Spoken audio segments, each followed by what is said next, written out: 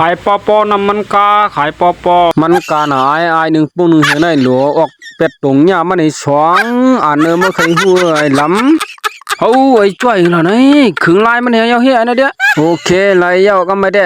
โลมันโหลเห็นในกาหม้อหนึ่งปุ่งหนึ่งเหี่ยงในมันเจอลายหนอมันกาเหี่ยงหนาป่นไอโลเห็นในกาตรงย่างออกเป็ดก็ไม่ได้ก็ได้เฮ็ดแกงซื้อเองว่าก็ไม่ได้มาสองปุ้งเนี่ยโอ้ยข้าเดี๋ยวเอาน้ำมันได้สองปุ้งค่ะพี่ช่องสองปุ้งโอเคไล่กันเขาเดี๋ยวปั่นมาเลยสองปุ้งเนาะสองปุ้งมาเงินไล่กันไปกันเปิดกันนายนะโอเคไล่แล้วปอเฮ้ยมันจะไล่หรอเนี่ยยังมาปั่นกันได้หนึ่งปุ้งหนึ่งเหี่ยงรู้ไหนมันตัวไหนมันเตรียมไว้นะโอ้เมื่อกี้ศูนย์มีสองตัวรู้ไอ้ทั้งหมดเป็นสามตัวรู้ไอ้จ่อยก็หัวไล่สังเอาน้ำมันนี่ส่องเอาเปรี้ยวเฮ้ดูเห็นไหนก็ได้ไอ้จ่อยในขึงไล่มันแหงเฮ้เห็นไหนก็ได้บ่เดี๋ยวจะกินการหรอมั้งไอ้น้ำมันการน้องมอมือเหลียวเนี่ยดูเห็นไหนก็ยามมีผมมาจำกับเงี้ยเนาะส่องก็ไม่ได้ดูก็ขายกินขึ้นน้ำมันกว่าฮะก็ได้จอมช่องตัวมันวะไอ้จอยเนี่ยมันดีขายกันแล้วเนี่ยไอ้เนี่ยลาลิเฮ็ดที่เปิ้นแกเนี่ยมามีองค์ความเจอลงในเฮ็ดไหนเนี่ยอยู่ใครขึงเปียดเอา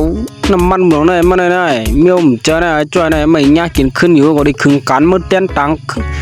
ไอ้ลำขึ้นไว้ไอ้มันหยับไปตัวดีกว่ามันเดี๋ยวมาขายกันได้เนี่ยฮะเฮ็ดไหนกว่าก็ได้ก็ไม่ได้เฮ็ดก้นขายน้ำมันกว่าซื้อมาหนึ่งปุ้งหนึ่งซีไว้หมอก็ไม่ได้ขายกาอินวะก็ได้เปิดตัวรวยจ่อยเนี่ยมันเดี๋ยวขายปุ้งกับเหือในมาก็ว่าเฮ็ดไหนยุกขึ้นตำไว้เนื้อของในเฮ็ดไหนเฮ็ดไหนก็ไม่ดูเสือกาขันมันเขาเตรียมมาแล้วเนี่ยมึงเนี่ยเขาหูยาวลอยมาก็ไม่จ่อยก่อนลักน้ำมันแบบนี้อันมาขายให้เนี่ยมาไอ้เนี่ยเลียดแก่มาลูกขายหนึ่งปุ้งสองปากกำเหนียวน้อยไอ้เนี่ย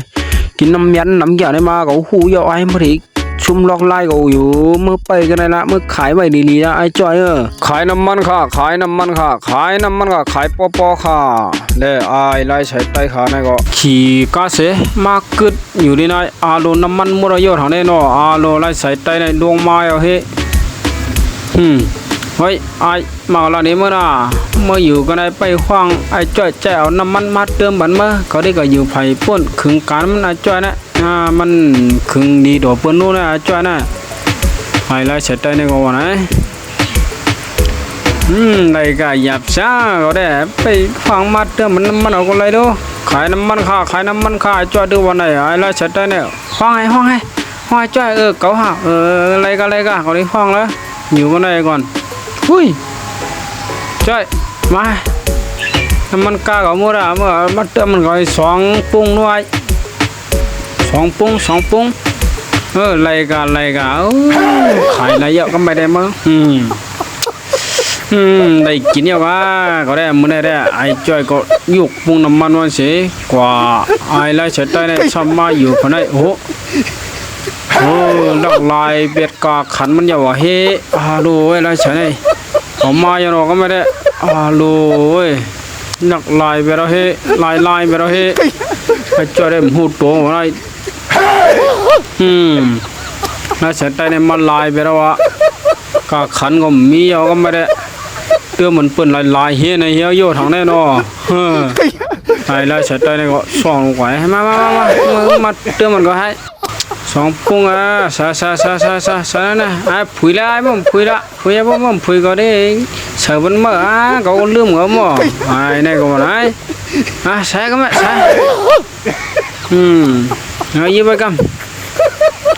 ยกไว้ปันปุ้งก่อยมั้งอะไรก็หยาบสามั่งเติมมันหลายๆยกปุ้งปันก็อย่างหยาบสังมั่งน้ำมันกาเว้นนายว่าเติมมันกันหลายๆในดูจมเพียวหลอนไอ้จ้อยมันก็จังดีนะป่นตีเหงามั่งหนูเห็นไหนกว่าเนาะเห็นไหนก็มัวเราอยู่แทงปุ้งมายงมาเติมมันหลายๆได้เขาเติมกล้วยก็เลยก่อนเมื่ออยู่มาปนกล้วยก็แล้วก่อนนั่นเอง lo ai lai sai tai này cóอยู่กันไหนเช่บัดเตอร์ลูจ่อยนี่บ่ไหนเตี๋ยวย่อว่าเตี๋ยวย่อสองปุ้งกำเดี๋ยวบ่ปุ้งเหยาหน่อยรู้นะเตี๋ยวว่าก็ถอยมาโอเคมั่งเงินนะเอาเลยมีเงินวันเมื่อล่ะมือกำมีกำปั้นเอามาในก่อนมาในกำไอ้มาในกำไอ้มาในกำก่อนมาในnày mà mặt tôi này đó này đó mơ tiêm vậy vào hướng này ai